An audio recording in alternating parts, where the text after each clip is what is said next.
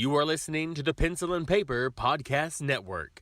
Visit pencilandpaperproductions.podbean.com to find more great podcasts. Welcome to the Palace of Megapixels. This is Super Mega Crash Brothers Turbo!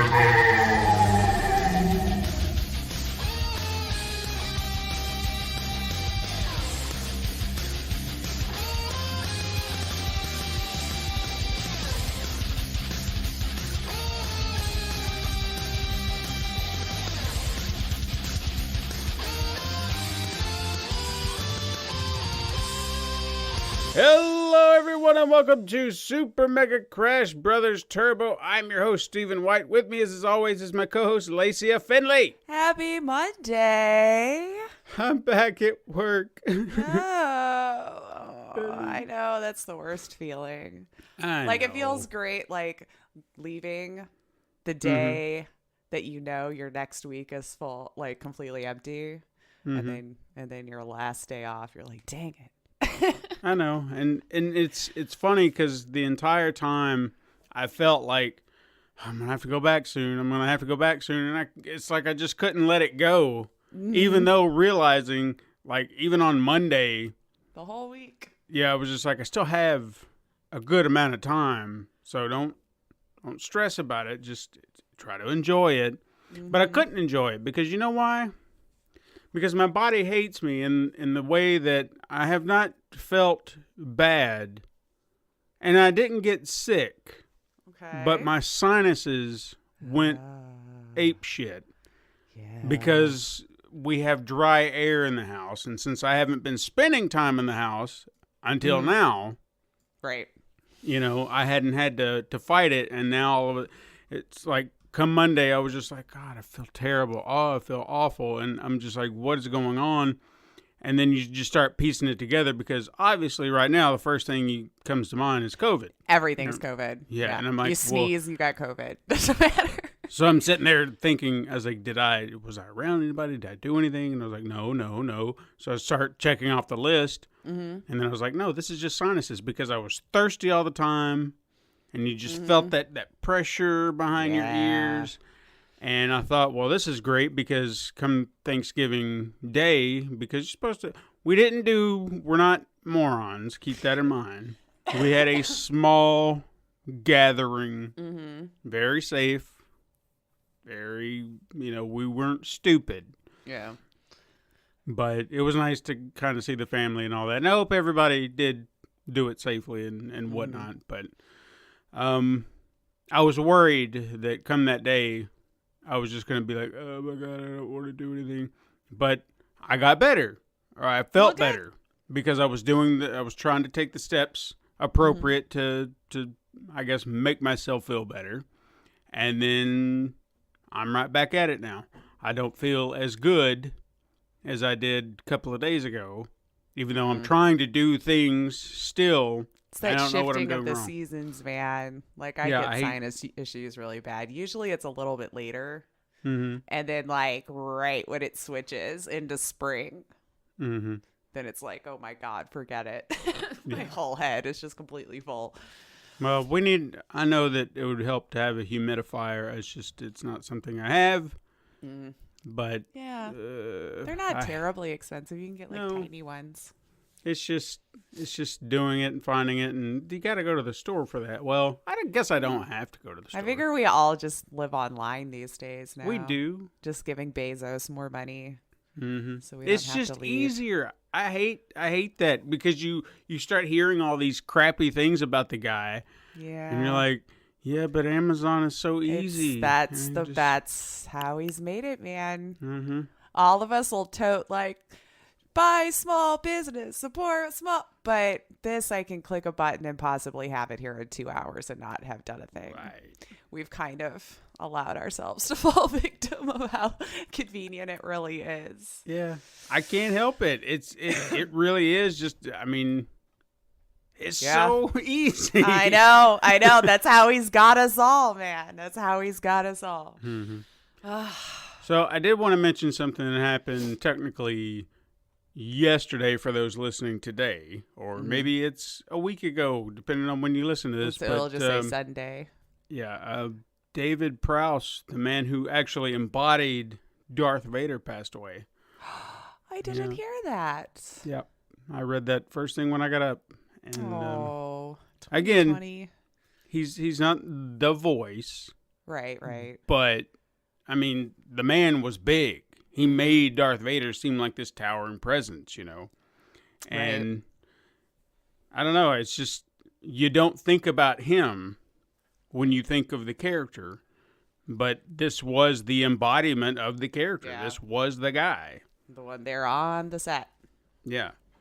So, yeah, I was kind of wondering because I hate to say this, and it's something you just start to see things from your childhood, people from that, they just slowly start to fade away. I mean, he's not the first Star Wars actor. He won't be the last, but it's just you start to see him go, and it's just like, there's another one. Yeah. So, and you just kind of always have them in your head as this immortal being, too, because it's like, well, we saw them as kids, you know, they'll be fine. And then the older you get.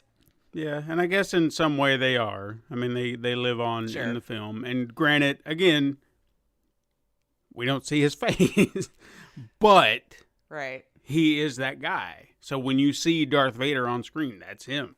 Mm-hmm. I don't know about, like, the last time. It's probably not him. The old movies. Like the original. The original 3. Like 4, 5, 6. Yeah. That was him. Beyond that, I probably not, but still. For all I know these days, it's just CGI. Yeah, who knows? We're kind of writing the actors out. Speaking of Star Wars, spoilers. Uh-oh. For which one? For which thing? The Mandalorian. Okay, spoiler. Because that's still kind of newish. Yeah. The new season. So we're putting something down. We're putting something down right now. 3, 2, 1. No more Baby Yoda. His name is Grogu. Screw that. I like No. Baby Yoda. Grogu.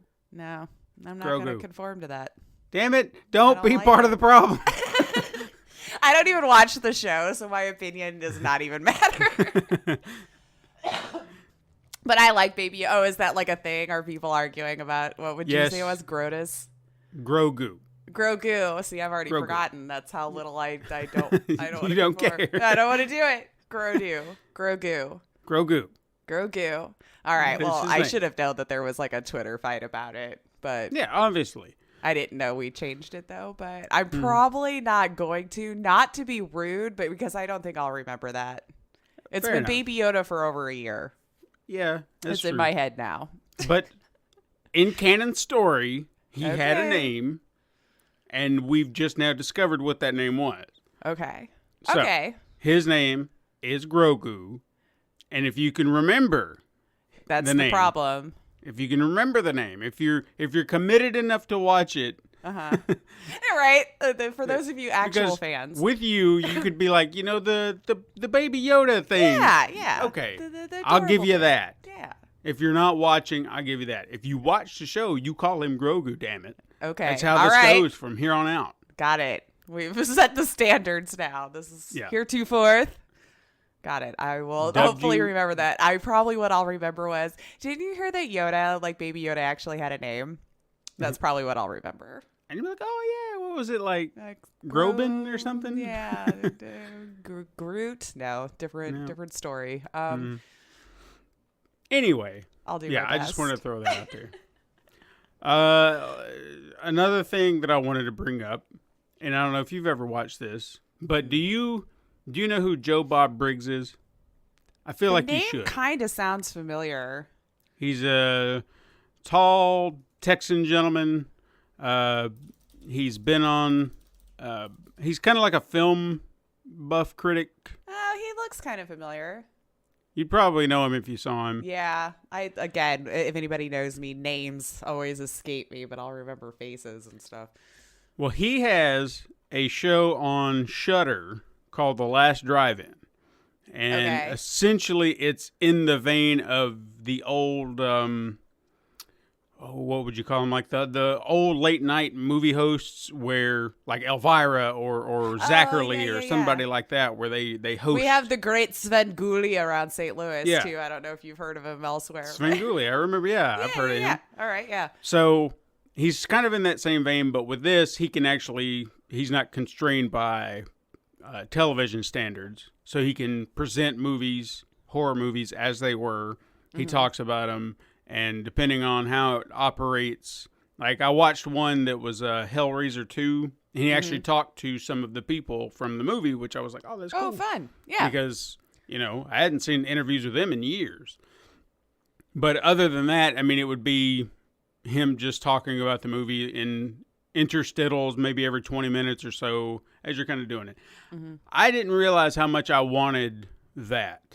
You know what I mean? Yeah. It's just been a nice treat when I discovered this, because I was like, I'm going to check this out. And I started with a movie that I was familiar with.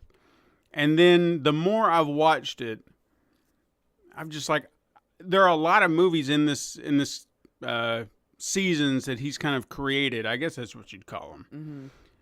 Because it's a full movie. It's just with him cut in to the movie. Like commentary. Yeah. Just little breaks here and there. But I want to watch these movies now because of him.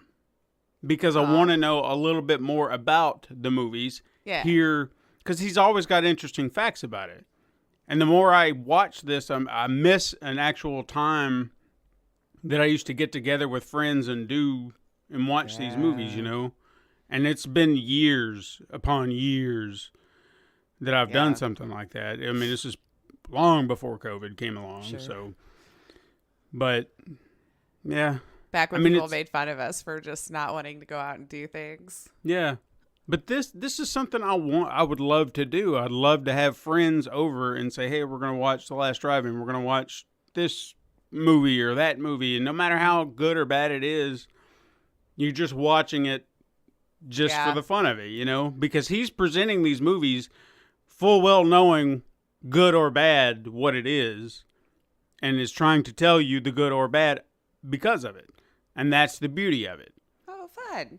Yeah. So I don't know. It's been a nice treat to have discovered this and just to listen to it and watch it and all that. So if you have Shudder, and I would recommend this, do not get Shudder, because I'm going to change my crap when the time comes around. Don't get Shudder through Amazon. Oh, okay. Because they're playing a little game with me. Okay. Tell me what you think. Okay. Okay, I signed up for Shudder some time back, I think earlier in the year during the time that I was off for an entire month. Okay. I thought, wait, hey, I've got time now. Right. So I did like a free trial, and then I was like, nah, I'll let it go for right now, because I didn't know if I'd have time for it. But I did that on their app, and the app was kind of shoddy, which was another reason I was like, But now AMC did a new channel called AMC Plus. Oh, and it was like, you can get AMC shows, you get Shudder, you get Sundance, all for the low price of $8.99. I was like, okay, that's not a bad deal. You're getting 3 channels for the price of 1. Cool. So I did that for Shudder, because I thought, well, I can get that plus more. Let's see. Let's check it out. Yeah. And it was a trial too. So that's why I decided to try it out. But as I started to sort through my options, especially on The Last Drive-In, it would be like, hey, you can watch this now. You can watch this one now. And then you go over and say, you can watch this now with Shudder. And I'm like, wait a minute. I have Shudder, because you gave it to me through this thing. We did this before. Yeah. So what were you talking about? And so they would block certain episodes of The Last Drive-In under, you have to have Shudder to do that. And I was like, but I do have Shudder. And they're like, no, you have AMC Plus. So I was like, okay, so that's some bullshit. Oh, a little nitpicky. Yeah, so once that trial expired, I let it lapse. I was like, nope, I don't want it. So then I went to Shudder. And then the reverse happened. So it was like, you have to have AMC Plus to watch this episode. Oh, dear God. Yeah, but you can watch this one now because you have Shudder. but you can't watch this one because you don't have AMC Plus. I was like, this is bullshit. Right? So I would say just forego the Amazon thing and go directly to them. And we already discussed. I think Amazon will be okay. Yeah. If you went elsewhere. I think they'll absolutely be fine. Yeah. So that's what I'm going to do when this month is up, because that seems to be garbage. Now, I hope that if I go to their app directly, that I'll have access to all of it. Mm-hmm. Because there was a lot of content I really wanted to watch, and it was just like, nah, you got to have this. I was like, okay, well. I can't keep up with all this stuff anymore, man, because everybody wants their own streaming thing. And it's like, you know what? I'm sticking with my 3 that I have now. And if you're not on it, you're dead to me. I can't be bothered to look into all these different avenues for it and remember what shows on what service. Like, I don't. Yeah. And seeing too much. That was kind of the reason for, like, why I kind of like the Amazon channels thing, because if I'm using Prime, then everything just kind of comes together. And it's kind of a nice thing to have it all come together. Even like if you're using a Fire Stick or Cube, I'm not pitching this shit, mind you. Okay? Just keep that in mind. I'm not trying to sell you on it. Yeah, I'm not trying to sell you on this. I'm just talking about the convenience. So if you can find other things that can conveniently do this for you, then great. But one of the things I like about the Fire Stick or the Fire Cube is, say you're looking for a movie, whatever it may be. If it's not on Prime, they'll tell you where you can find it. And if you have a subscription to one of the things that it's on, it'll say, watch now with Netflix, watch now with Disney Plus. And I'm like, thank you. Because that cuts it down for me, so I don't have to go hunting it down. They're just like, no, you can watch it here right now. I was like, cool. That's what we need, like the GOG galaxy of movie streaming services. Yeah. How they've combined all of your gaming services into one app. Mm-hmm. Boom. Yeah. Then maybe. But I still think it's ridiculous. Like $10 goes here, $15 goes there, $20 goes here. To be like, it's too much. Yeah. But at least, and that's kind of why I looked at the package deal of 3 channels and thought, that's pretty good. But no, they're going to continue down this route. Sooner or later, they're going to collapse. Because every other week, it seems like someone else is trying it. We already saw Quibi go down. Or pulling out of a different service they were on because they want to do their own. Yeah. Now, I know we talked about this last week, I'm pretty sure. We talked about Wonder Woman going to HBO Max. Oh, yeah. I've heard rumblings now. And I don't know how I feel about this. One part of me is excited. The other part of me is like, I don't know if I want this. But I do. There's a rumor floating around that Godzilla vs. Kong may also wind up on HBO Max. Oh, okay. Mainly because apparently Netflix offered Warner Brothers or who owns the movie rights, they offered them like $200 million for streaming rights. Mm-hmm. And they were like, no. Which led to the rumors like, oh, wait a minute, maybe they have plans of their own. Oh, good God. For their streaming service, because they're already dropping one big tentpole movie, Wonder Woman, on their platform. Maybe they're about to do it with this one too. But they have not confirmed nor denied. See, and then now comes the problem is trying to figure out where is it then? Yeah. If I want to go watch it, I don't even know where to go now. I know. But it's just, there's so many, and eventually I feel like some of the HBO Max has the opportunity to stay on top. Not unless they fix their dang app, they won't. I know. Such garbage, their app. But I like you, HBO, but you got to fix this garbage UI. Yeah. Stupid. And that clicky crap that their shit does. I They don't finally understand that. fixed their search that we saw last night. It's not just like A through Z up at the top anymore. Now it has like how Netflix and stuff has where the letters are off to the side, but there's no cursor, so you don't know if there's spaces or anything. It's just such a garbage app. Yeah, they need to hire somebody better. Oh, but man. I feel like as far as content goes, they're covered. Because if you take a look at everything that they have on the service. Again, we're not pitching people, just talking. Yeah. Having a They have convo. a lot to offer. They really do. Like and actually, they've got Netflix. some quality, like their own shows too that we watch. So I also feel that Netflix's quality is starting to wane a little bit. However, they always find a way to keep me subscribed. I think it's just oversaturation at this point with them. It's like you can't really feel like you're ever going to make a dent because just everything in the kitchen sink's been thrown on the service. That By the way, their prices are going up again. Oh, I don't know. I'm one of those low lifes that uses someone else's. Yeah, no, I'm getting charged $20 now for a streaming I don't know service. that I've ever known how much Netflix was since way back when they used to just mail you the stuff. Started That's off. the last I remember ever trying Netflix is when they used to mail you the DVDs. I remember years ago, as weird as this is to say, years ago it was like $7.99, and somehow I'm up to $17.99. Well, when they started here we making are. their own stuff is when I think that happened. Because I don't really, I think we've talked about this. I still can't really figure out how they turn a profit, really. But see, that's the interesting thing. If you take a look at HBO and Disney and Amazon, they have these other flows of money that they can then funnel into these shows and do it however they do it. I don't know how they do it. Yeah, I don't either. But they're doing just fine, and they're cheap. They're cheaper. So I just Yeah, I there's guess going to by be a a little moment in bit. time. There's going to be a moment in time where I decide Netflix isn't worth it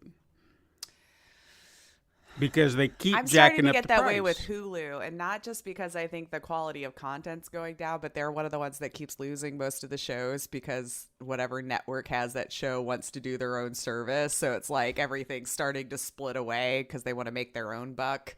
So it's not Hulu's fault, but there's just like very little left on there I watch anymore because they've all went off to do their own service, and I'm not going to buy all your services. So I think one of the main draws for me right now is the FX stuff because I love a lot of the shows on the FX. And now that it's like a direct line, like Yeah. day after it comes on, it's like, cool.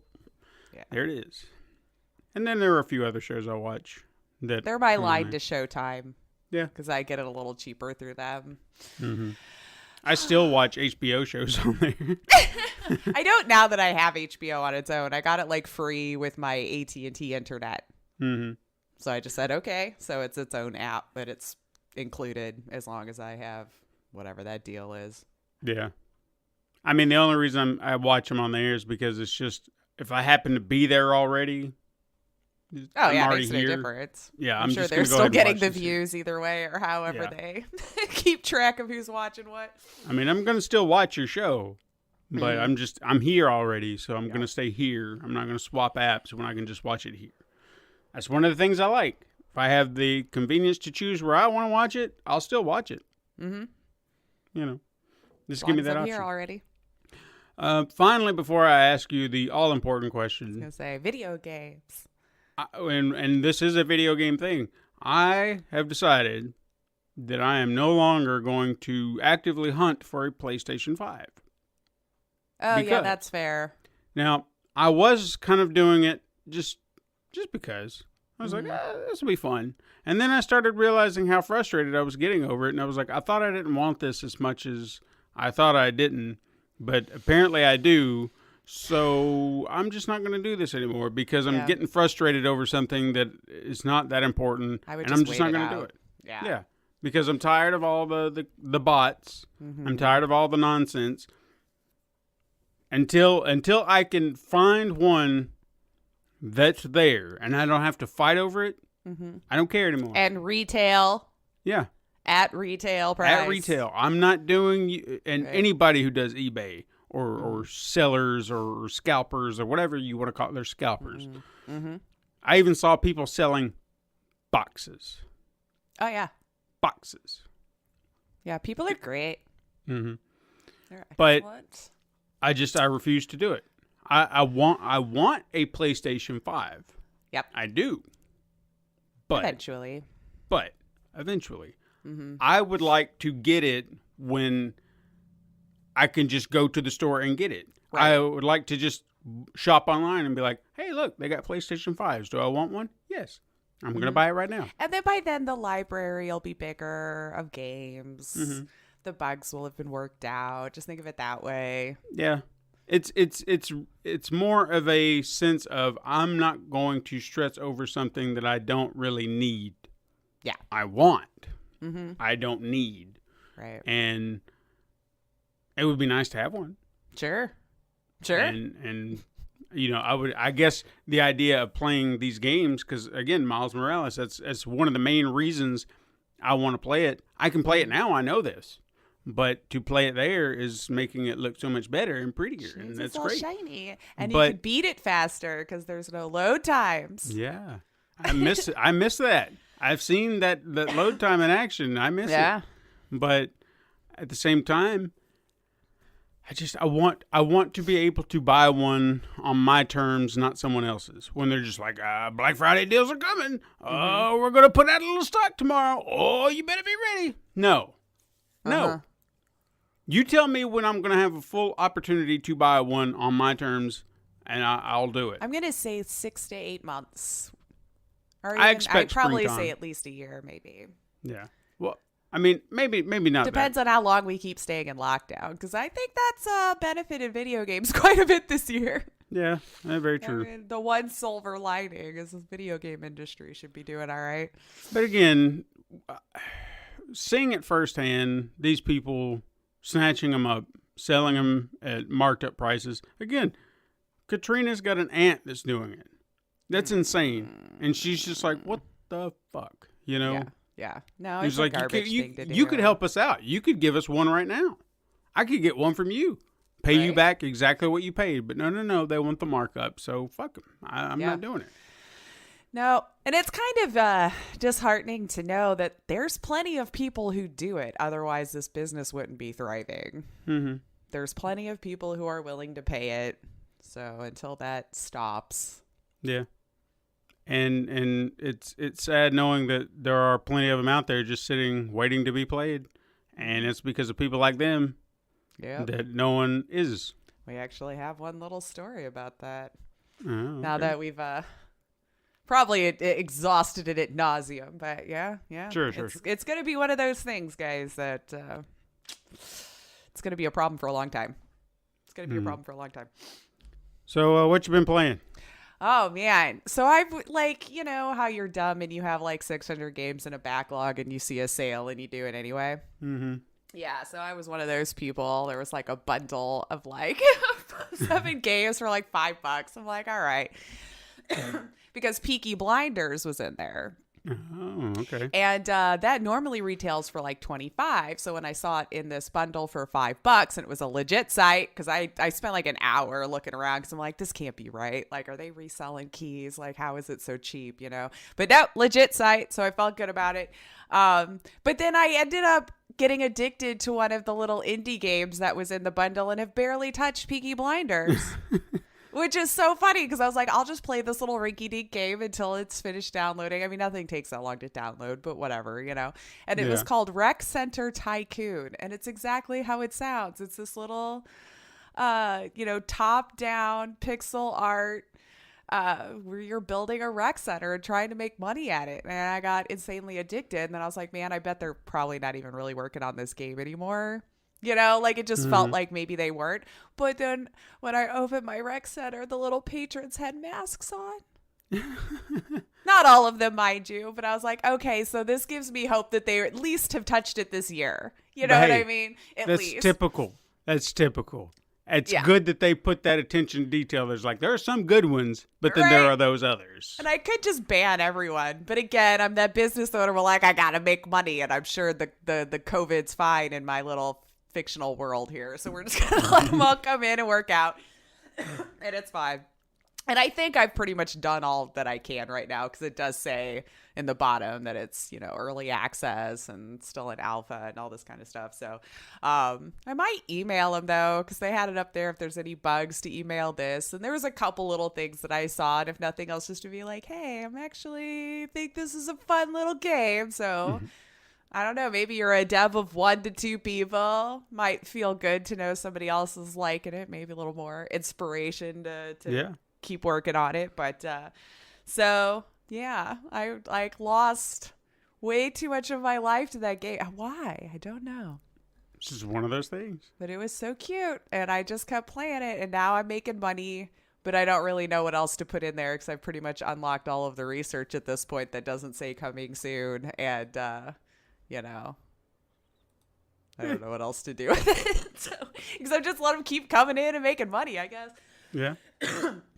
But let's see, outside of that, and then I did play a little bit of the Peaky Blinders, and it is interesting. I didn't play it nearly as much as I thought I would because of that other game. I don't know why. But it's interesting how it's played because it's definitely just kind of more of a text-based kind of role-playing game. And the way it moves is it uses time in kind of an interesting way where it has this rewind and fast forward feature. So if you're trying to get something done, but you're basically planning out your team's movements to get whatever mission done so it all can fire at the same time and work like seamlessly. So if you need to go talk to someone, you'll bring him over here and talk to them, let them go open the door. But then you'll rewind time just enough to get to the right here. So when he goes to the door, you can move over here. And so it all kind of fires in that way. So it was interesting in how they had, you know, the movement and how you're planning the whole mission to successfully pull it off. You know, I did when we were trying to steal champagne from one of the other gangs in town. So, you know, having her come over here to talk to them while I snuck here. So it was just interesting, the back and forth, and then just to watch it all fire once you're done was kind of interesting. But that I've only played like 2 missions so far, but I think it's fun. I could see myself getting into it for sure. Slower. So if you're not into that kind of thing, like there's no combat, nothing like that, or at least so far that I've seen, you know, very stealth based little game, but it's fun.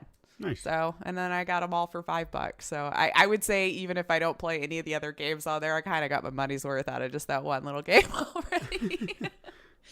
But how about you? Have you been playing anything this week? Or? Ghost of Tsushima mainly. I'm gonna mention some other stuff next week.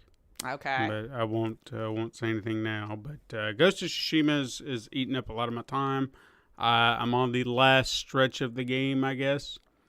Act 3, since it's in 3 acts. It's been a lot of fun. It's definitely been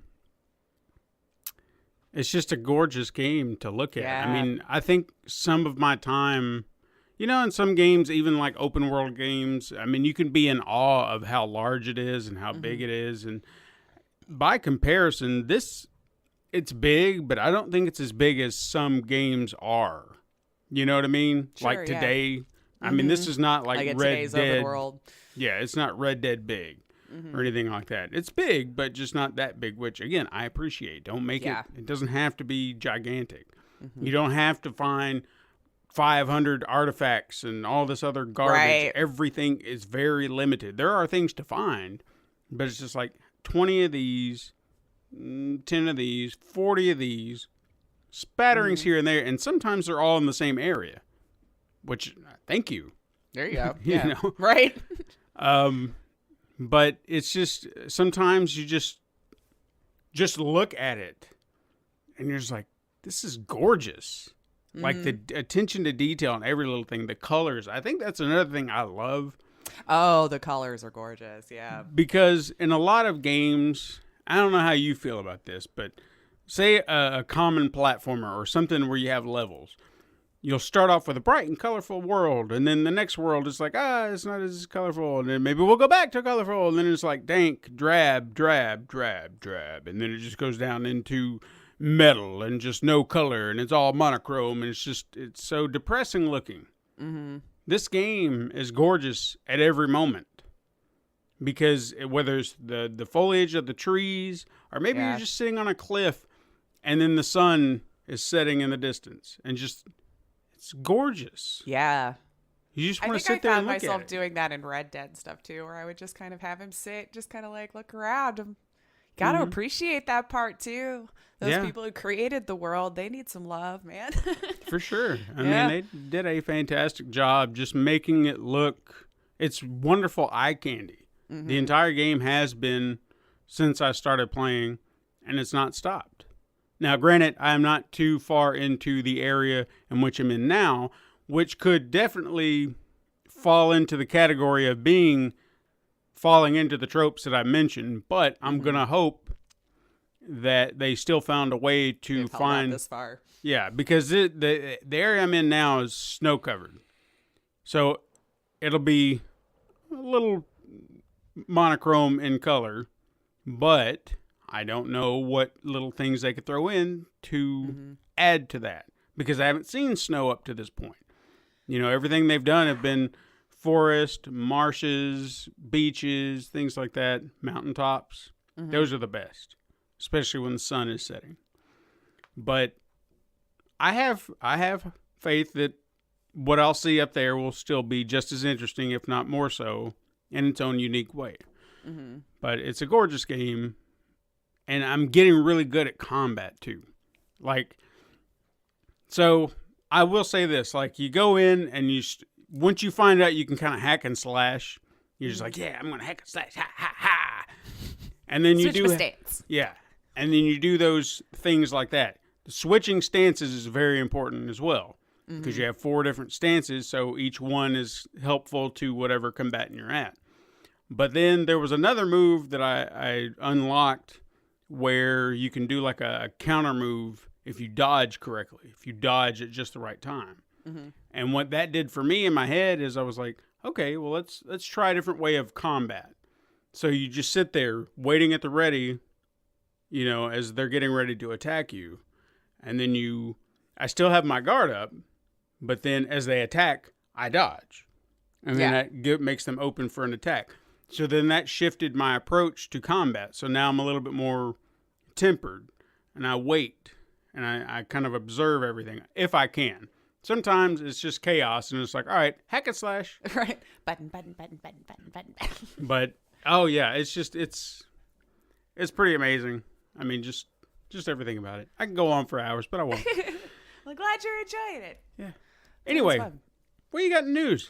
Let's see. Well, we found a few pieces of news to talk about. Most of it was dominated this week, of course, by like Cyber Monday or Black Friday deals and what could be found anywhere. But hey, let's talk about this, since we were already kind of touching on it a little bit with the PS5 sagas, because that seems to continue. But I don't know if you remember last week, I had barely touched on, some people were pointing at maybe the delivery drivers were pulling in front of the houses saying it was delivered, but never actually getting out of the truck and moving on, or all this Right. kind of stuff. Well, maybe there was a little bit of truth to that. And I'm only going to, from this story that I found. So,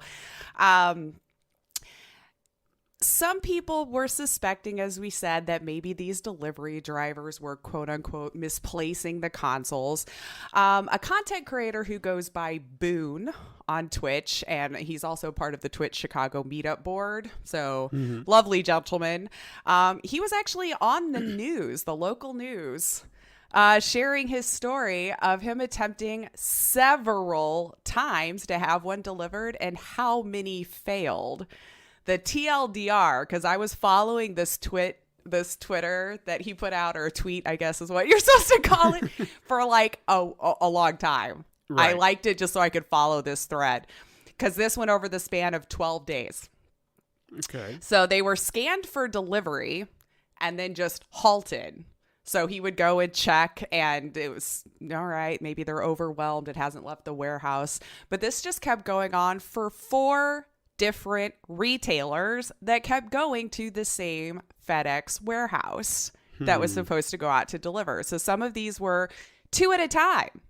He even had at one point, like, I believe one from like Target and Walmart trying to be delivered at the same time, just so he could see if any of them that he's ordering is going to make it to him, because it would get stuck there.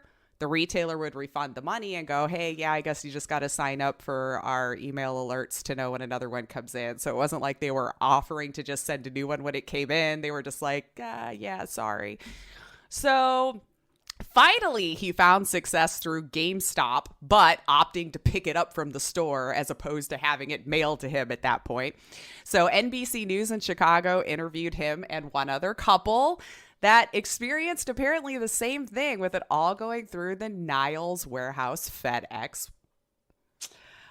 So Boone did, like I said, he was trying to be kind. He's like, maybe they were just overwhelmed. It says it was going on the truck, and then a couple days would go by and nothing would happen. But once this happened the third and the fourth and the fifth time, things were starting to look a little fishy. So apparently, though, right now FedEx is launching an investigation into the matter. And congratulations, Boone, on finally getting your PS5 after this whole nightmare. So well done, GameStop, I guess. They're like, it's here at the store. They're like, leave it. I'm coming to get it. Do not have it mailed out to me. I'm just coming straight to you at the store to grab it. So he finally managed to get one. But yeah, must have been bad enough that even the news did a story about it. So how did he beat the bots?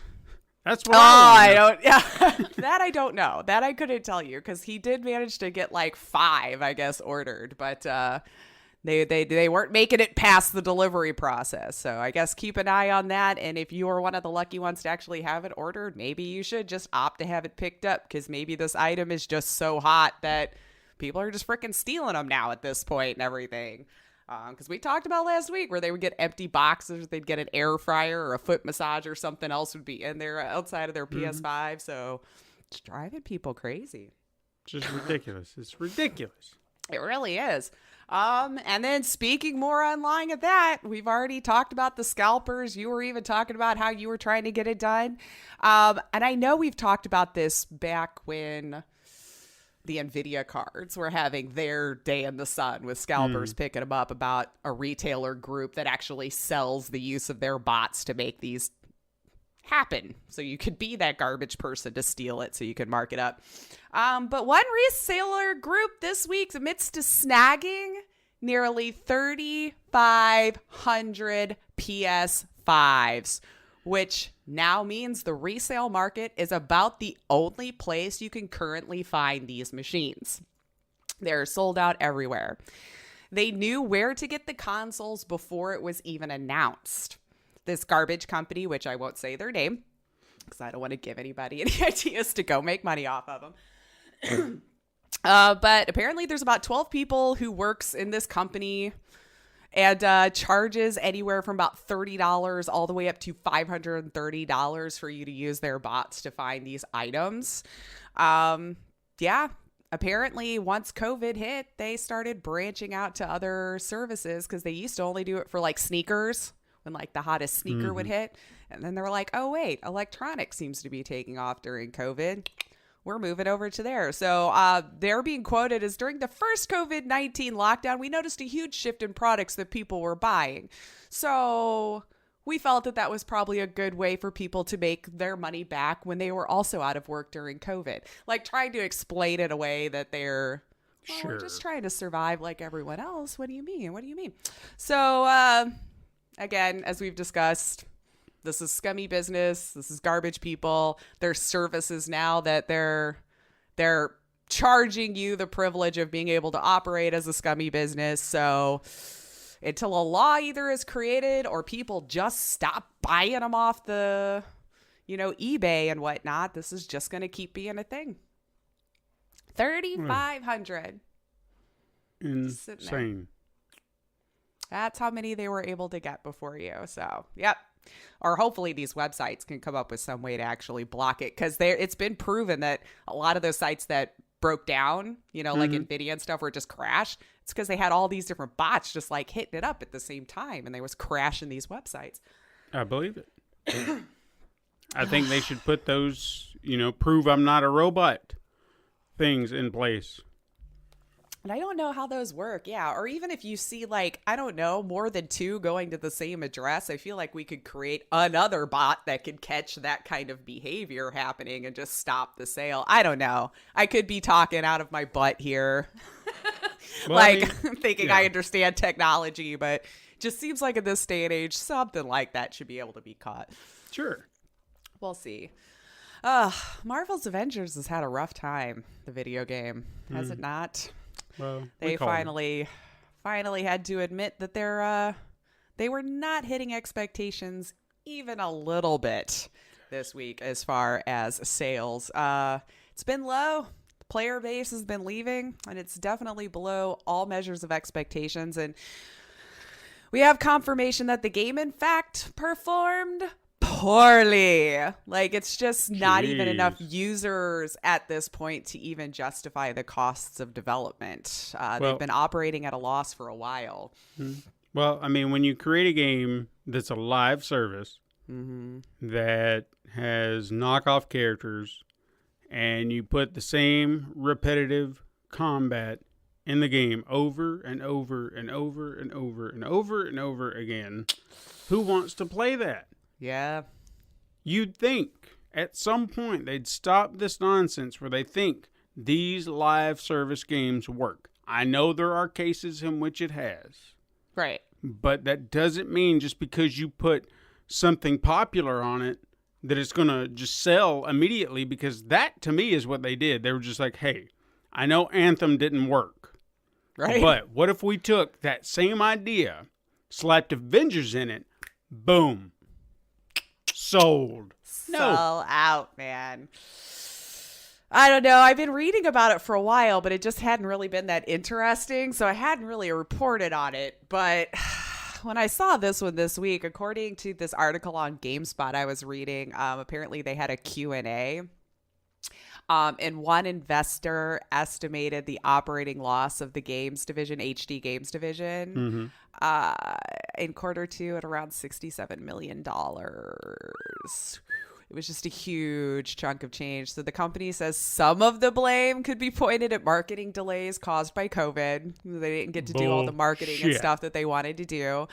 And they were asked how they saw the future of the game or that division within for developing the game.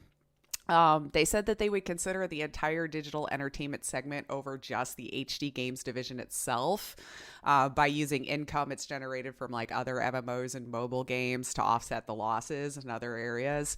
So with all of that said, Marvel's Avengers is still slated to receive new DLC that will add Kate Bishop, and Clint Barton will be added in 2021. They also have a free next-gen upgrade coming up next year. So it sounds like they're going to keep trying to keep it alive, because I feel like they had a huge user base at first and it just started to dwindle with other issues and cross-play problems and just one thing after the other.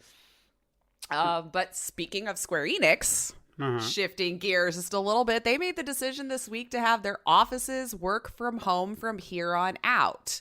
Now, this is just specifically the Japan offices right now. Okay. But their goal is to have about 80% work from home by December 1st. Nice. The reason given was just to create a more flexible and diverse working environment, helping employees achieve the optimal work-life balance, bolster productivity, you know, your usual fare.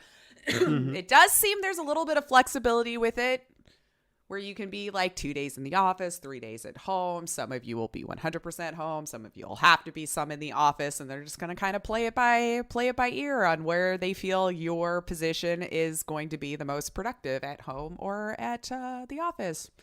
I have a feeling we're going to see a lot of this. You know, in all honesty, for game developers, this would be ideal. Think about those people who talk about how they, you know, working long hours. Not to say this will justify the crunch, but if you,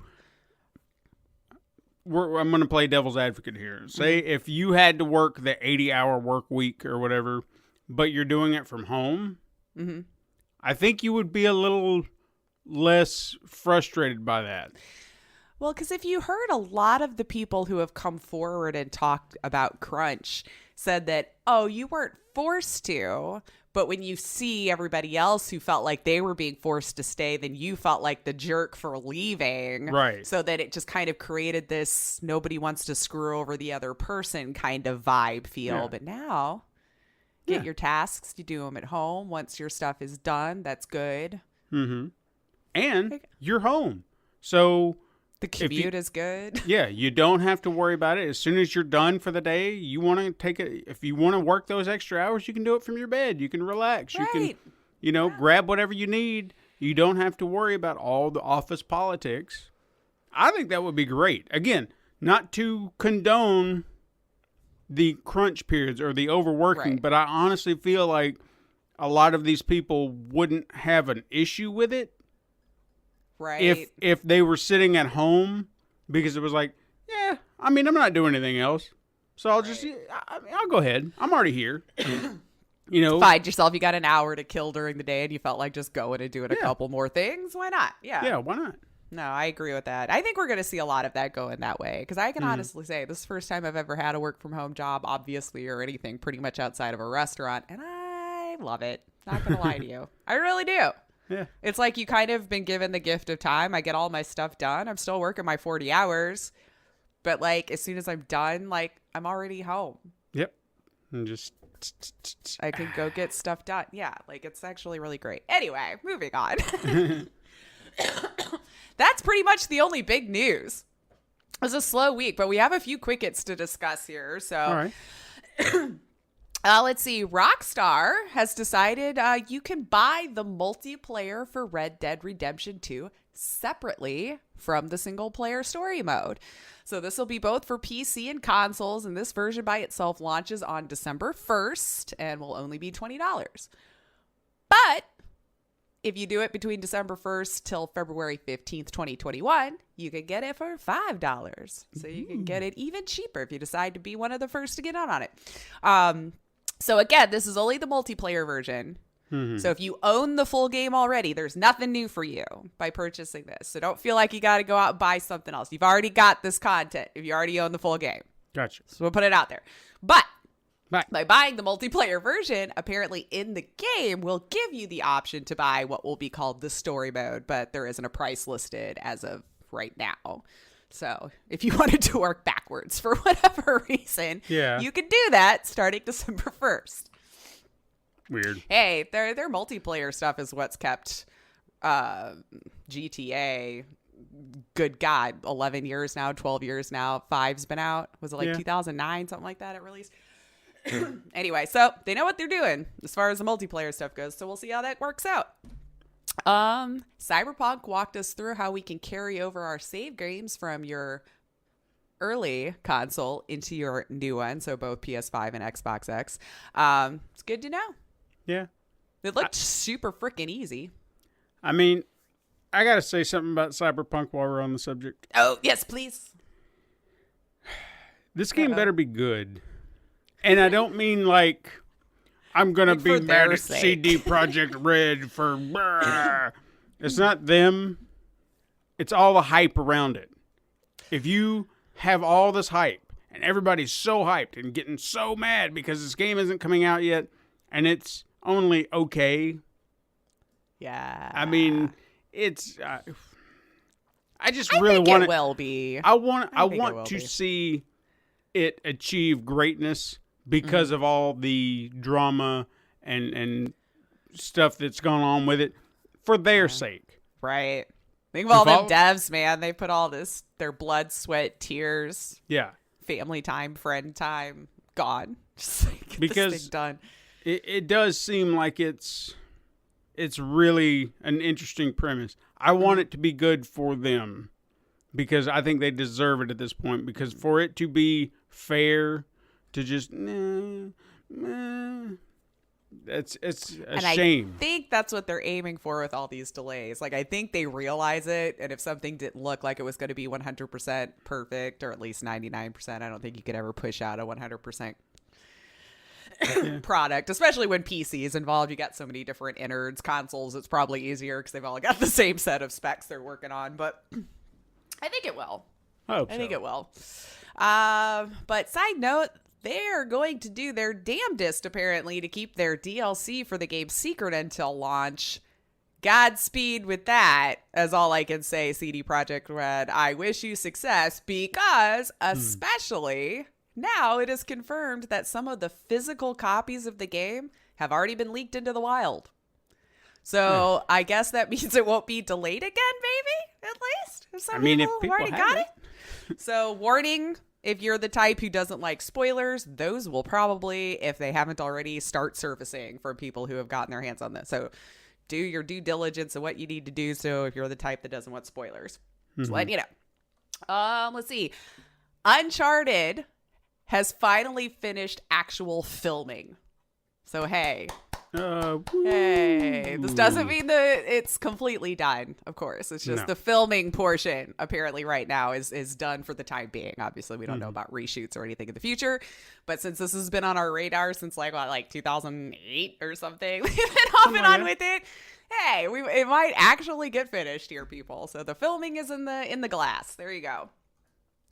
Oh, and Google Stadia people should be happy if this comes through.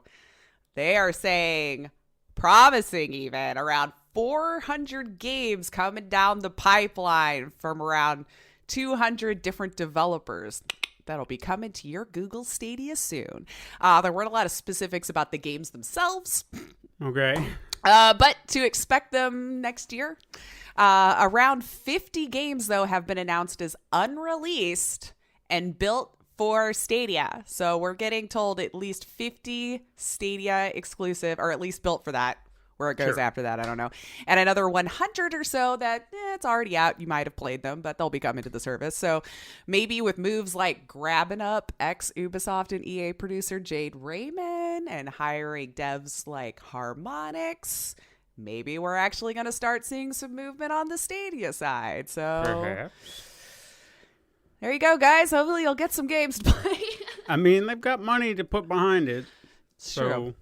we'll see if it pays Got off. that Google money. Let's see what happens here. And do we all remember G4? They've been making their news lately from all their different wanting to be a new. I'm guessing they're starting the whole thing back up. It just seems like this weird thing. You know, they haven't officially announced anything like that. But if you want to see some old familiar faces from Attack of the Show and all of your favorites over on G4, on November 24th, they released a G4 very special reunion on YouTube. They were raising money for charity while they were at it. So if you used to watch the channel, there's plenty of faces you remember. Take a little trip back to the good old days.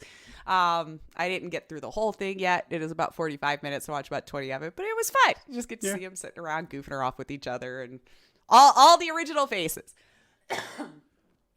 And my last little quickie on this, and you might like this too, but I don't know if you play this anymore, but some geeks out there should appreciate this. A modder who goes by AlexPO21 released a Mandalorian mod for Fallen Order. Nice. So this mod replaces Cal with Din Djarin from The Mandalorian, and it looked pretty cool, actually. It looked like it was meant to be in the game. So you can find it on Nexus Mods for the PC version if that is something you would like to add to your game. Neat. Got the helmet, like all of it down complete. It was really cool. It's really good. So there you go. Those are I my got a quickies. quickie. You got a quickie? Let's hear it. I got a quickie. So I don't know if you saw this. Clearly you didn't. I don't know how well it surfaced or whatever, like throughout. But if you play Monster Hunter, still Monster Hunter World, coming next week or the week after, very soon, there will be a story mission added to the game featuring Artemis, who is the lead character played by Mila Jovovich from the movie. Oh, I did not see that. All right. So if you liked your game too much and thought you needed to knock it down a peg first. So from what I saw, it's going to be a lot like the Witcher story thing that they did. Oh, yeah. She comes in there, they do it's her face, it's her voice. So. I don't know. Like, did we talk about that? I know you showed me that trailer like a week or two ago. It gave me a little extra hope. I'm trying. Because it seemed like at least all the stuff we saw in the trailer was only in the Monster Hunter world. Yeah. So if nothing else, they've been smart in their trailers to not add, I guess, the being in the regular world and falling through into the Monster Hunter world or whatever. Clearly will be in the real world, at least at the beginning. Yeah. But what happens from that point on, I don't know. I'm holding out hope that it will be good. Because I see so many elements that make me excited. Right. To see the monsters They look good. portrayed, like they should. They look exactly like I know them. They sound exactly like I know them. I don't see how this could fail, but I just have this gut feeling that it will. Yeah. I mean, apprehensive, but, you know, I'm sure we'll give it a shot. It's looking better than we originally thought, or at least the way that I originally thought. Sure. Like, it's definitely, you know, Seeing so that if you're a there huge is- fan, Yeah. I hope it hits the nail on the head for you. Just seeing that there is actual love and care put into the idea of replicating what we all know. Hell, the weapons, for Christ's sake. Yeah. It's just like, that's the thing from the game. That's it. Yeah. And it's not done in such a way that it feels fan servicey, like it doesn't work. It's just like, no, this is exactly from the game. This isn't some weird one-off thing. That's a thing from the game. Yeah. There's the guy. He's with There the thing. it is. So I think it'll be good. I think it'll be good. I hope Or so. if nothing else, the casuals, I think, will find it really good. And the hardcore ones, they're probably always going to have to nitpick because that's their thing. So you while we're on that subject, before I forget, because you said that was a mod for Fallen Order. Yes. I'm still debating. Like, it's on sale right now. I know. My trouble is I just hate giving EA money. I know, and that's where I'm at. But it's also, isn't that BioWare that did that? Yeah. I mean, actually, I've heard a lot of people really liked the game. Like people who like Star Wars, who like Star Wars games. I've heard a lot of people liked it. So, I mean, if nothing else, like now Star that it's been Wars. out long enough, I feel like I've heard enough good things about it that you would enjoy it. And I have been on a Star Wars kick. I think it's the combat that I'm not sure if you'll like it or not. That's what I remember hearing, is that it was Dark Souls-ish. It kind of looks that way. I mean, from somebody who doesn't play Souls-like games at all, to me, a lot of those fighting games, or especially over the last couple of years, have emulated that style so much. But it doesn't look as brutal. But Maybe I'll do some digging after we're done. Yeah. And make my decision, because I have wanted to play it, but I've just been so about a lot of things, EA being one of them. That's usually my biggest thing now too. It's just EA. I'm just like, I feel like I'm over it now. And hey, I got a couple of truth or trash for you though. Before we go into our headliner today. So I saw one rumor circulating this week, and I picked it out specifically because I thought you might find it fun. Okay. So this rumor that was circulating, the next Spider-Man game will be set in Tokyo. The face he's making. That would be a smart idea, because we have had Spider-Man in New York. And if you're going to make a sequel, why do New York again? Fair point.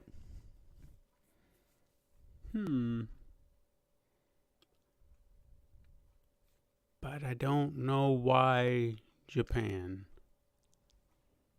I mean, other than the setting, like story-wise, I'm not connecting those The dots. setting would probably be gorgeous. Oh, yeah. I'd love to see that. Swinging through Japan, you know? And I can't think of another city where that would actually would be like New York, you know, with skyscrapers as tall as the eye could see and so on. Yeah. You know what? I'll say true. All right. Write that in. And then I have one more.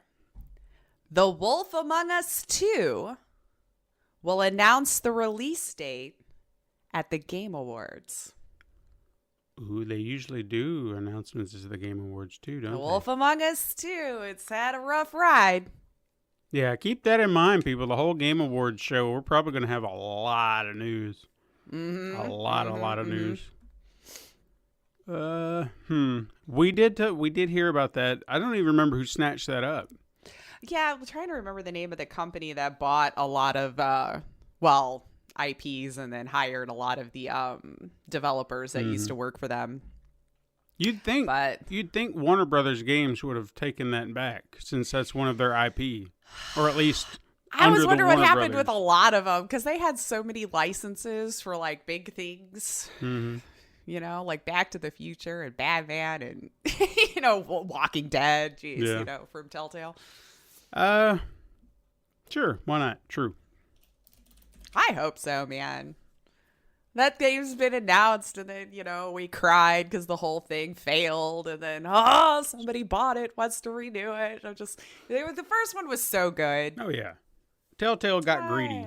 That was their problem. And then just kept everything under their hat and made everyone suffer along with it. Kind of blah. But that's all I have for the news and everything this week. So I'm going to kick it over to you with whatever little additions, or if we're going into our headliner. Yeah, we're going to hop right into our headliner because this week I thought it would be fun to dive into video game music once again. I know we did so many not that long ago, but this is going to be something different and something that we all know and love. We're going to go headfirst into one of the most, if not the most, iconic video game franchise in history, Super Mario Brothers. Oh, yeah. Now, you all know the tune that started it all. I'm going to play it right now. The one we all know, and you may all have as a ringtone. I'm singing it in my head. This iconic tune that you're hearing was composed by Koji Kondo, who created it with the intention to be a short segment that would be endlessly repeated and not cause boredom. I think he succeeded because we all play it, we all hear it when we play it, and we're just like, I'm going to keep playing. I'm going to keep playing. And I don't remember being stressed by it because I'm the type that'll turn off music. Of course, it's not like we had those options then, but Right.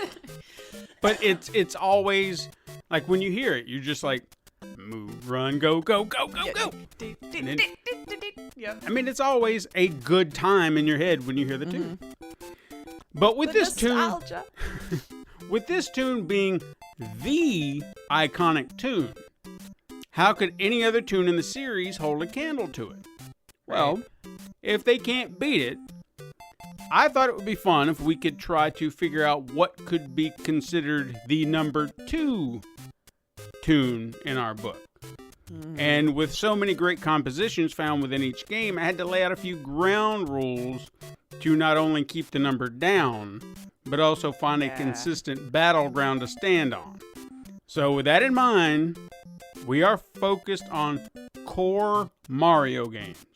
No kart racers, no tennis games. Games like Yoshi's Island, which actually have Mario in them, are out because it's not his game. Not the focus. I also removed handheld games, which felt a little...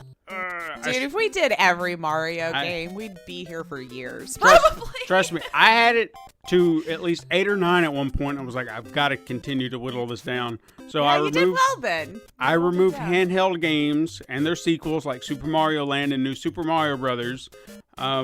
Even though they were in there initially, and I was like, no, I'll take them out because they do have some good music.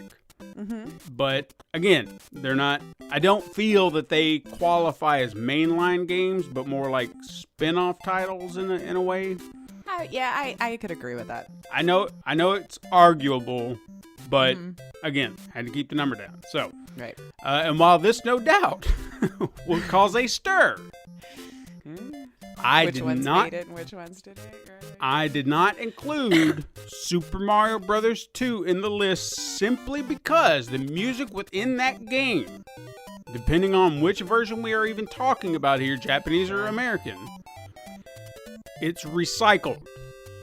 The Japanese music is the same music from the first game. The music in the American version was from the game it was copied over. It's not an original composition from a Mario game. It came from a game called Doki Doki Panic, which is reskinned for us. So it's not. Which is why the game is so weird. I actually might stir the pot a little bit more. I almost go so far as to say I pretend 2 didn't even happen. Fair enough. It was so different and off the wall and not like a Mario game at all that I remember the first time I played it, I was in confusion. Yeah. I was like, what is this? Oh, yeah. This is not okay. Well, because in your head, I remember the first time I played it because I didn't even know it was coming out. Keep that in mind as a child, okay? Right. Oh, yeah. As a child. Like I said, I knew things were out when I went to the store and saw it. Yeah. What happened is I was, my mom had gone to the video store. Those things. You remember those things? Mm-hmm. Mm-hmm. She was like good friends with the owner. He got in this new game, Super Mario Brothers 2. There were no video game magazines at the time, or at least they were not, they weren't prevalent at the time. Or I feel like Nintendo had like their Power Up, maybe. They had Nintendo 90s, Power I guess came it depends out. on where we're going. Yeah, Nintendo Power was coming out around this time or whatever it was. I don't know. Anyway, there was no understanding, no ads, no anything for Super Mario Brothers 2. It was unknown to me. Yeah. And then suddenly my mom comes home and says, I got you something. And she rented Super Mario Brothers 2, and I was looking at it like, what is this? Right? So I was just like, another one? rushing to the game console, popping it in. And then I was like, all right. And I'm just like blown away because like, it's a sequel to the thing that I love so much. And then I go to jump on a character and it's like, what happened? He didn't do anything. And then I just keep riding him and I'm like, I don't know what to do. And I just kept pressing buttons. And again, I had a manual. I just didn't use it. We don't read them. Yeah. Eventually I figured it out, but it was just like, your instincts were like, jump, smash, jump, smash. Right. And it didn't work that way. No. But yeah, Super Mario Bros. 2 is out because it's recycled music, period. So you're not going to fight me. You don't care. Adam, Yeah. I dare ya. Also, no Jump Up Superstar from Odyssey because it's not a traditional composition but a full-fledged song, even though it is kind of catchy. But it's not a I'm going to play some just right now. And go. Jump up in the air, jump up, don't be scared. Jump up and your cares will soar away. Did you like that? Great. Now, what we're aiming for here is kind of an introduction to the game. Not necessarily the title music that you hear, but I would argue like the first tune you're greeted with when you really start to play the game. That first level that gives you a solid idea about what lies ahead. A fun, light, breezy treat of a level and or world that you happen to be playing, and that tune is off in the background. You're like, I'm getting this started. I'm going. So it sets the tone for everything going forward. So again, I've narrowed it down to 6 tracks, and we are going to rank them based on our initial reactions as best we can. This is just our opinion. It doesn't matter, but This was super hard. yeah, it was very hard. Like, it was hard for me to separate memories from, like, what we're doing here. Right. It was hard. So now maybe this is how you felt during the Mega Man one, where you had more attachments to the music, and you're like, oh, but to have an unbiased opinion is very hard. Yeah, because every one of these, I will say this, there's not a bad tune among them. Right. It's just which one, I guess in our mind, does a great job at capturing the essence of Mario, the essence of the game. Just, it works in some way. So, again, our opinions aren't... Right. You're going to have your opinions. I'd love to hear them. Right? But Maybe we can piss one of y'all off one of these days. Yeah. Start a Twitter fight with us. I don't know. But for now, these are our opinions. So, for me, the number 6 choice... Yes. I have 2. I know I cheated. I have 2 categories. Okay. I know I couldn't help it, but I just wanted to tell people. I get it off my chest early. I have for the song, like how I felt Mm-hmm. and how it was, and then how I felt it actually fit the situation. Okay. I That's had fair. to do two because like I felt like they all needed different love in a different way, and I They didn't want to do. hurt any of their feelings. Mm. So, for my number 6, Okay. I chose the overworld for Super Mario Brothers Part 3. Okay. Now, I feel that the sound that you'll hear kind of has this islandy Caribbean feel. Yes. You know what I'm saying? Very much. Very much. I'm not quite sure how it translates into the world that they present to us in the game. Because maybe in certain levels it might. But Sure. overall... But this is the overworld music, right? Like Yeah. when you're on the screen getting ready to choose. So... Yeah. For me, it seems a little out of place, and it doesn't have really a pop. That Okay. it's catchy, but not like instantaneously. And I know for us, it's instantaneously Mario. But Oh. I don't think that you could play that for someone and be like Mario for average Joe on the street. You know what I'm saying? Yeah. Yeah. So- no, that's maybe depends on the age, but yeah. Perhaps. Yeah. But again, I don't feel like it really fits the aesthetic, even though it's a great tune. Keep that in Yeah. mind. I don't hate any of these. Sure. Now, okay, so for the fit, for the aesthetic, and you said that your Super Mario World 3 Overworld music was number 3 for me. Okay. Actually, for the fit. Right, yeah, very tropical. And I guess it was just like the memory that I have of the overworld, like there was like these little trees and stuff like that, so I could see they were trying to do a tropical feel, I guess there. Like it Yeah. is a very tropical feel to the song. Like instantly, as soon as I heard it again, I was like, I don't know if I really noticed it this much as a kid, but like it right away, I knew exactly what it was without even having to like read the description of the music you said. Right. I listened to the whole thing a couple times. Oh, the memories. But yeah, so number 3 for me on the fit for the aesthetic and everything. Okay. Where is it on your emotional chart? 2. 2? Okay. 2, yeah. I played the crap out of 3. I That was a really good did. one. Mhm. Yeah.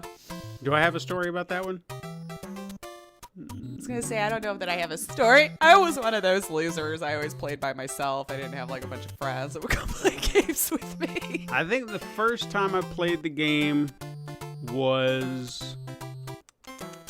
I was spending the night with a friend, and we had gone to the video store and just looked upon it. Like, I wasn't actively looking for You it. see the little tail, and you're like, oh, Yeah, I just turned the corner and there it was. I was like, oh my God. And now I was aware of the game at the time. Keep that in mind. This Nintendo Power was a thing at this point. I was a subscription holder. That's Yes. how you say that. And it was just reading the new powers and seeing all these pictures going, I cannot wait to get my hands Right. on this thing. Because you just didn't know, but you saw all the potential for something new, and it's just like, I want to play this. you're sold. Yeah. Yeah. And I hadn't seen The Wizard yet, the movie that pretty much was a Oh, yeah, 90-minute advertisement for Nintendo. Oh, the good old days. Yeah. So, with that said, my number 5 goes to the overworld of Super Mario World. Now, it Okay. also, I didn't realize this, there are a lot of these tunes that have a very Caribbean sound to them. Yeah, they do. Now, this Yeah. one kind of does continue that sound in a way which I still don't feel like translates into a dinosaur world, but I also feel like it does fit a little bit better than the last game, or part 3. Yeah. And to even, this should kind of give it some extra points, and I think this is what kind of bumped it to number 5 at least. When you hop on a Yoshi and the drums start in, which I always thought was a nice little addition. It's like every time you get on a Yoshi, drums start kicking in. It accents the tune a little bit more, and it's just a little bit catchier. So you're just like, tick, tick, tick, tick, tick, tick, tick. I'm probably Yeah. not doing it right, but just the Yoshi drums You does see kind what of I'm talking about. give it a little extra flavor, which I kind of like. It's definitely a little toe tapper. Hmm. Definitely a little toe tapper. I don't know what more I could say about it than you haven't already said, other than Super Mario World fell at number 3. Just straight in the middle for the fit and everything. Okay. As long as I'm writing this down right. Did you? Well, you There's said a lot 3 that for the say last Mario one. World, Mario 3, Mario Galaxy, so I'm trying to make sure I remembered which one you said last. I said Mario Brothers 3 last word. This is Super Mario World. Okay, so yes, number 3 So on which the one- for the fit. So Mario 3 Overworld was 2. was this and then emotional Super Mario or fit? World. I'm so No, this confused. is for the fit. For the fit. Okay. I know. This is for the fit. For Oh. just the overall how I felt it fit Okay. the moment in the video game. It landed at number 3 for me. Okay. Now, emotional, honestly, it actually took a number 6. It was Okay. the lowest on my list out of the ones that was provided for me for this. Just didn't have any headliner. kind of no connection. Nah, not really. No, not really. Mhm. I probably played it like a very little with some friends and stuff, but like my real ties is like 1, 2, 3. Most of this like the NES Yeah. versions of Mario. Hmm. And then once they started getting 3D and all that kind of stuff, I was probably already migrated to PC at that point, so I haven't really played a whole lot more out of that. Do you remember when they used to let us play video games in the stores? Yes. That's when I got to first play that. They had it set up at a Walmart, and I was just like, so I got to go over there and play it. And then Yeah. then you'd have that one kid just show up, and you're like, fuck, just like, hovering. here, just take the controller, get away from me. But see, that's always okay, just a little beef. But when I was the one hovering, nobody gave 2 craps that I was standing back there, is all I'm going to say. Yeah. Like, is it my turn yet? For the love of God, pretend like I'm not here. Well, I know you feel my presence. that just means we're better people than they were. That's all. Yeah, well, damn it, I know. one day. Trust me, I remember those kids too. It's like those Yeah. assholes at the arcade when you'd be sitting there and you'd be like, all right, it's Mortal Kombat time. And then suddenly someone would show up right behind you as soon as you put your quarter in and be like, fight me. I'm like, I don't want to fight you, I don't asshole. want to play people. I want to play AI. Go away. Yeah. Yeah. Because they would always find a way to beat you and then just be like, oh, it's my machine now. All right, Yeah. well, you just ruined my day. Gamers were always rude, I weren't know. we? They were always Peckerheads. kinda They jerks. still are. We know this. Anyway, we got off on a tangent. My number 4. That's what we're good for. I know. My number 4, that's a t-shirt. I'm going to put that on a t-shirt. My number 4 is Bob-omb Battlefield from Super Mario 64. It's definitely a catchy tune, which I feel should be a Mario trademark, catchy tunes. Yes. But I also feel it kind of has a dated sound. yeah. Which no Mario tune I really feel like should be weighed down by, which is really saying something considering the 8-bit tune doesn't. You know, in some weird way, it's like it surpassed being dated in any way, despite being an 8-bit chip tune. Yeah. It's just gone beyond that. But this has a very dated sound. Like you can tell the era in which it was trying to Very survive. funky. Yeah.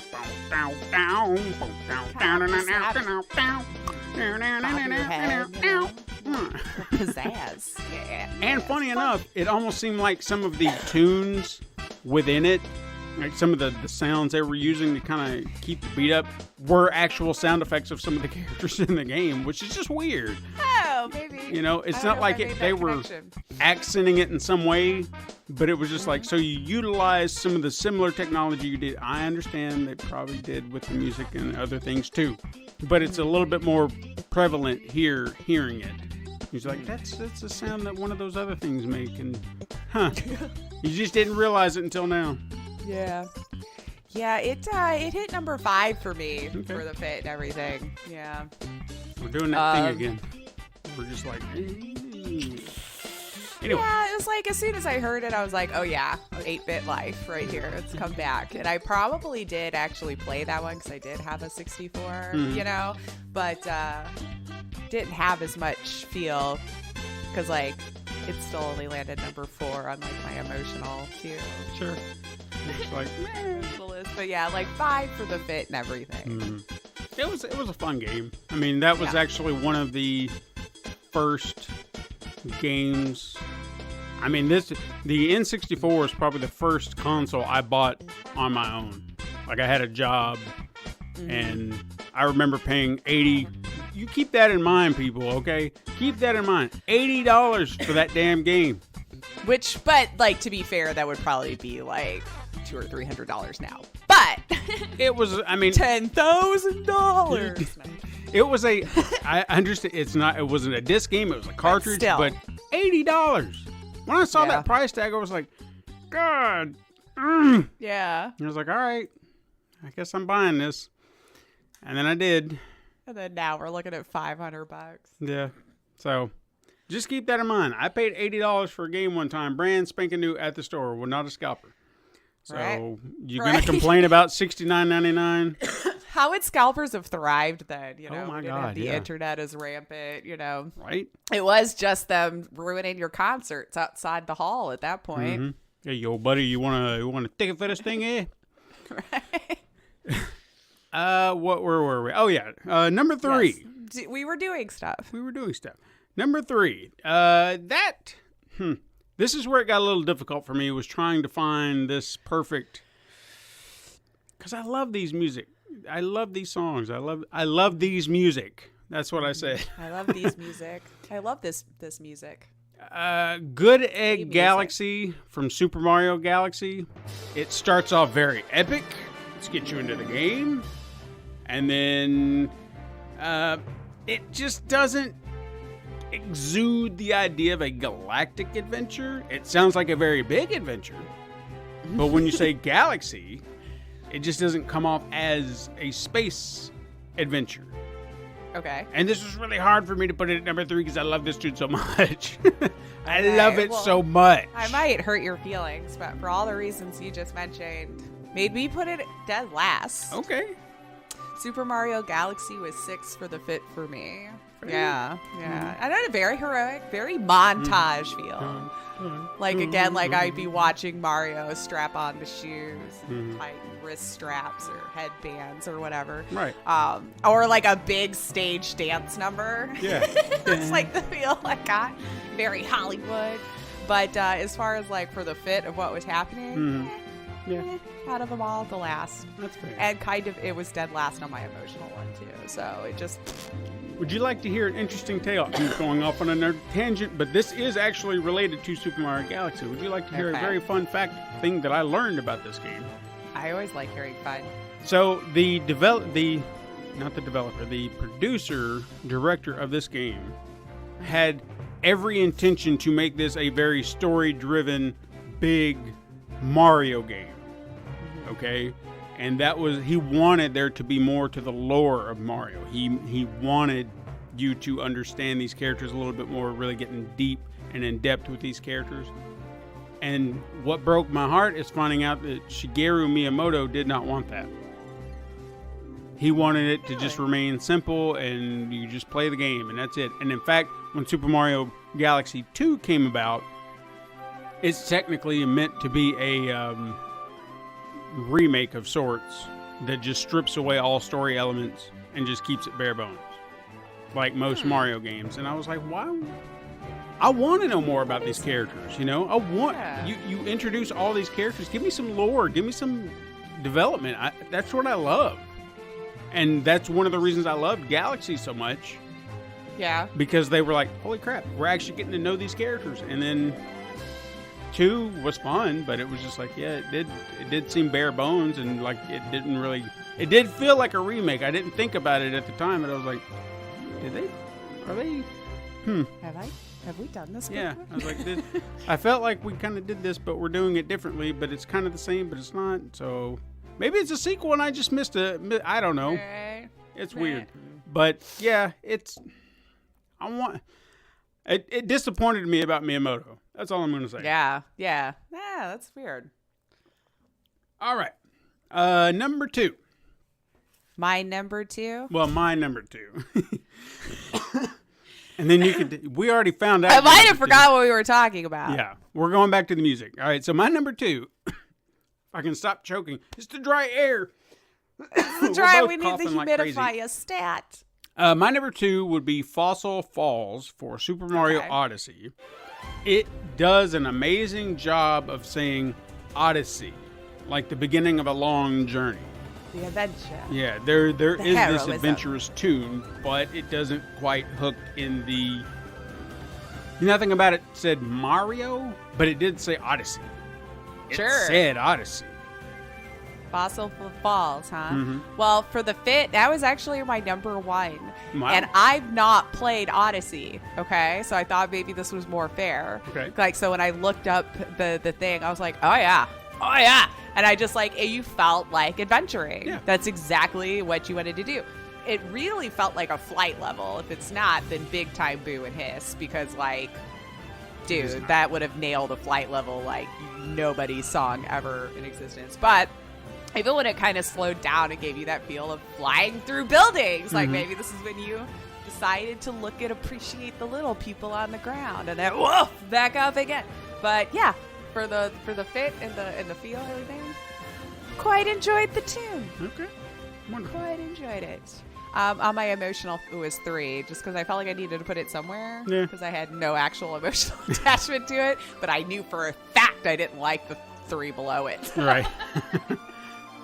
Fair enough. It was your line in the sand. It was like, here's Right. where that My own weird rules that I'm making up as I do this thing. I mean, I really struggled to figure out where that one was a top contender for my number 1, but I did give my number 1 to Delfino Plaza in Super Mario Sunshine. Now, the only reason I did, because this was a tough one, to me, that tune perfectly encapsulates the world in which it presents. Even adds a little bit to the tune when you pop in the Yoshi drums, because when Yoshi comes back, got to do those drums, and they're just going away at it, just dun, dun, dun, dun, dun, Yeah. I mean, they're with it. But we have this lush island, these beautiful blue ocean island feel, the Caribbean thing that we've mentioned. It's all there. It's everything that we've been trying to build up to, and we finally made it. And now you've got the music to go along with it, and it's catchy, and it's fun, and it's energetic, and you just feel like, da, da, da, we're going on an adventure. I loved the tune. And actually, for the song itself, like just how I felt, it was my number 1. But for where I felt it fit, it was number 4. Okay. Because, oh my God, the Italian, right? Yeah. Though, so like it's sunshine, skipping, breeze, eat some pizza, all those vibes. So when I looked at the screenshot and saw this luscious green tropical, I was like, whoa. It didn't seem to like, oh, it's such an Italian song. Yeah. Like I feel like you'd just be staring at Paris. You know what I mean? And that little like horn break in the middle could be like a little wah wah, you know? So for that reason alone, it didn't go higher because it was like, I felt like the one time they don't do tropical and here the frick is tropical and I'm getting Italian by the beach. I don't know. Fair enough. But the song itself, Yeah. top notch, baby. I love it. Top notch. Yeah. Well, there you go, people. You got our top Mario tunes. Do you agree or disagree with what we think our number 1 Mario tunes are? Do you want to yell at Steven for not adding your favorite? Hey. Like, how could he not? Hey. Out of the core games? Fight me. I can't help it. I had to keep it short. And between us both, I mean, I actually kind of like that my number 2 was your number 1. So then we're kind of vying right there Getting to back our number 1s. back to yeah. So it's right there. Do you agree with our choices? Do you think either one of those should be the second best Mario tune, or do you have a different? Or do you really just hate how we judge it and you want to yell at us on our rules? You can tell us whatever you want. We're not doing it right. I don't know. I'd love to get into a Twitter war with somebody about this. Yeah. One day. Come at me, bruh. Come at him. At him. I'm telling you. I'm here for it. But that's our show. I believe we wrapped it up rather nicely. You can hit us up sometime on Twitter, like we were just saying, at Super Mega Crash. Let us know. You can also send that in an email to supermegacrash@gmail.com. You could also go to Instagram to view the weekly icon art that Steven puts all of his time and love into. You should go give that a little heart. Support the show by liking and leaving reviews on your preferred platform. And you can even go to patreon.com/pencil and paper productions and be as cool as Bunny. Tell your friends. You can find us on the Pencil and Paper Podcast Network or search Super Mega Crash Brothers Turbo on Apple Podcasts, Podbean, Spotify, Google Play, Stitcher, iHeartRadio, Pandora, Amazon Music. We're like everywhere, guys. Everywhere. You can even go to youtube.com/Pencil and Paper Productions. Thank you so much for listening. I am Lacey Finley. And I am Stephen White. And you can join us again next time, Super Mega Crash siblings. But until then... Game on. Do the Mario, swing your arms from side to side. Come on, it's time to go. Do the Mario, take one step. And then again, let's do the Mario all together now. You got it. It's the Mario. Do the Mario, swing your arms from side to side. Come on, it's time to go. Do the Mario, take one step. And then again, let's do the Mario all together now. Come on now, just like that. This has been a Pencil and Paper Podcast Network production.